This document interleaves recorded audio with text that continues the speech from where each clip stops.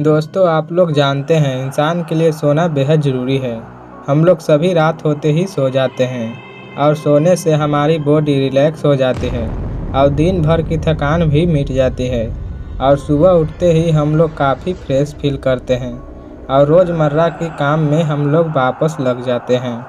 तो दोस्तों, ज़रा सोचिए कि आपके सोते वक्त आपकी आंखें खुल जाती है, सब कुछ नॉर्मल है, लेकिन जब आप हिलने की कोशिश करते हैं तो आप हिल नहीं पाते हैं।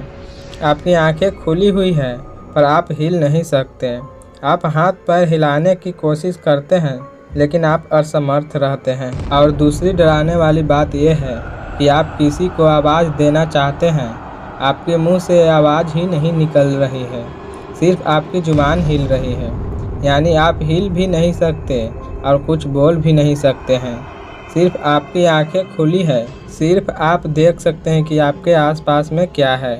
इस कंडीशन को कहते हैं स्लीप पैरालिसिस। जी हाँ, स्लीप पैरालिसिस ये दुनिया भर में कॉमन है। भारत में सालाना 10 मिलियन से भी ज़्यादा केसेस आते हैं। तो आज हम स्लीप पैरालिसिस के बारे में जानेंगे, जिसे हिंदी में नींद का लकवा बोला जाता है। स्लीप पैरालिसिस ये किसी भी इंसान को डरा सकता है। ये काफ़ी कॉमन भी है। पूरे ज़िंदगी में कम से कम एक बार स्लीप पैरालिसिस हर इंसान को होता है। हो सकता है कि आपको भी स्लीप पैरालिसिस का अनुभव हुआ हो या आने वाले दिनों में हो सकता है। अगर आपको ऐसा हो तो आप कैसे बाहर निकलेंगे, ये भी वीडियो में बताऊंगा। जो लोग स्लीप पैरालिसिस के चपेट में आए हैं, उनका कहना है कि उन्हें ऐसा लगता है जैसे कि उनके ऊपर कोई भूत प्रेत उनके ऊपर बैठा हुआ है। उस समय उन्हें सांस लेने में प्रॉब्लम होता है।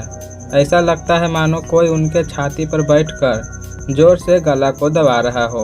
और अजीबोगरीब डरावनी चेहरे और परछाइयाँ भी दिखाई देती है। आप भागने की कोशिश भी करते हैं और चीखने की भी कोशिश करते हैं, लेकिन आपके मुंह से आवाज़ ही नहीं निकलेगी। सोच सकते हैं उस इंसान पर क्या बीतती होगी। स्लीप पैरालिसिस पुराने ज़माने से ही चला आ रहा है। यह सिर्फ 1 से 2 मिनट तक ही रहता है। इससे आपके शरीर को कोई हानि नहीं पहुंचती है। न डॉक्टर इसे कोई बीमारी मानते हैं, क्योंकि यह किसी को भी हो सकता है। इससे किसी तरह का नुकसान नहीं पहुंचता है। स्लीप पैरालिसिस आने का कारण और क्यों होता है, ये जानने की कोशिश करते हैं। स्लीप पैरालिसिस आने का साइंटिफिक रीज़न है। सोते समय 2 मौक़ों पर होता है, तब जब हम नींद में आने वाले हो, और दूसरा जो स्लीप साइकिल के उस स्टेज के दौरान जिसे रैबिट आई मूवमेंट कहते हैं। चलिए हम दूसरे स्टेज के बारे में जानते हैं, जो कि पहले स्टेज से ज़्यादा सीरियस है। हम जानते हैं कि हम अपने स्लीप साइकिल के दौरान 2 मेन स्टेज से गुजरते हैं। पहला स्टेज होता है non rapid eye movement stage sleep, जिसमें 4 स्टेज हैं, और दूसरा स्टेज होता है रैपिड आई मूवमेंट स्लीप। आमतौर पर NREM एक ड्रीमलेस स्लीप होता है, यानी कि इसमें हमें कोई सपने नहीं आते हैं, और यही वो स्टेज है जो हमें रैबिट आई मूवमेंट या REM स्लीप में ले जाते हैं। REM स्लीप के द्वारा हमारा ब्रेन बहुत एक्टिव होता है। यही वो स्टेज है जिसमें हमें सपने आते हैं।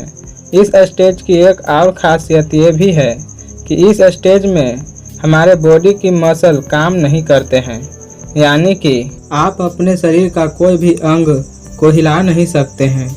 अगर इसी समय किसी कारण से हमारी आंखें खुल जाती है तो हमें डरावने चीज़ें दिखाई देती है, क्योंकि हमारे दिमाग में सपने चल रहे होते हैं और अपने शरीर को भी नहीं हिला सकते हैं। ये इसीलिए होता है ताकि किसी को हमारे वजह से किसी को नुकसान न पहुँचे।